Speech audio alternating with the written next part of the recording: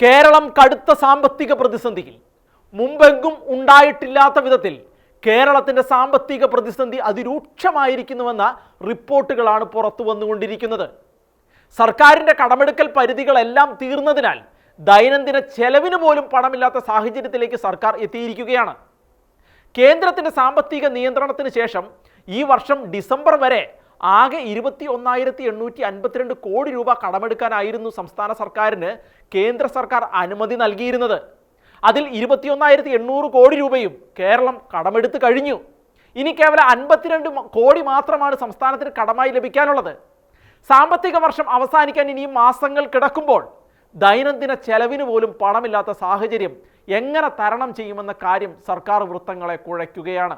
കടമെടുക്കാവുന്നതിൻ്റെ പരിധി കേന്ദ്രം വെട്ടിക്കുറച്ചത് കിഫ്ബിക്കും ക്ഷേമ പെൻഷനുമായി എടുത്ത വായ്പകൾ പൊതുകടത്തിൻ്റെ പരിധിയിൽ ഉൾപ്പെടുത്തിയതുകൊണ്ടാണ്. സംസ്ഥാനത്തിൻ്റെ ആകെ ഉൽപ്പാദനത്തിൻ്റെ 3% മാത്രം കടമെടുക്കാവുന്ന രീതിയിലാണ് കേന്ദ്ര സർക്കാർ കടമെടുക്കൽ പരിധി നിശ്ചയിച്ചിട്ടുള്ളത്. ദൈനംദിന ചെലവുകൾ കൂടാതെ സർക്കാർ ജീവനക്കാരുടെ ശമ്പളത്തിന് 5,300 കോടിയും സാമൂഹ്യക്ഷേമ പെൻഷൻ നൽകാൻ 900 കോടി രൂപയുമാണ് ഇനി വേണ്ടത്. സ്കൂളിലെ ഉച്ചഭക്ഷണവും സപ്ലൈകോയ്ക്ക് ലഭിക്കാനുള്ള 3,000 കോടിയുമടക്കം ഇപ്പോഴത്തെ സാഹചര്യത്തിൽ ഇതിനൊക്കെയുള്ള പണം കണ്ടെത്താനാകാതെ പ്രതിസന്ധിയിലായിരിക്കുകയാണ് കേരള സർക്കാർ. ഇത്തരം പ്രതിസന്ധികൾ മറികടക്കാൻ അടിയന്തര പോംവഴി കേന്ദ്ര സഹായം മാത്രമാണ്. അതുകൂടെ ലഭിച്ചില്ലെങ്കിൽ അടുത്ത മാസങ്ങളിൽ എന്ത് ചെയ്യുമെന്ന ആശങ്കയിലാണ് ധനവകുപ്പ്. ഇതിൻ്റെ ഇടയ്ക്കാണ് കേരള ട്രാൻസ്പോർട്ട് ഡെവലപ്മെൻറ്റ് ഫിനാൻഷ്യൽ കോർപ്പറേഷനുമായി ബന്ധപ്പെട്ട് കാലാവധി പൂർത്തിയായിട്ടും കോർപ്പറേഷൻ്റെ നിക്ഷേപ തുക തിരിച്ചു നൽകിയില്ലെന്ന കേസിന് മറുപടിയായി സാമ്പത്തിക അടിയന്തരാവസ്ഥയാണെന്നും പണം തിരിച്ചു നൽകാൻ ബാധ്യതയില്ലെന്നും കാണിച്ച് സർക്കാർ ഹൈക്കോടതിയിൽ നൽകിയ സത്യവാങ്മൂലത്തിനെതിരെ രൂക്ഷമായ പ്രതികരണമാണ് ഹൈക്കോടതി നടത്തിയത്.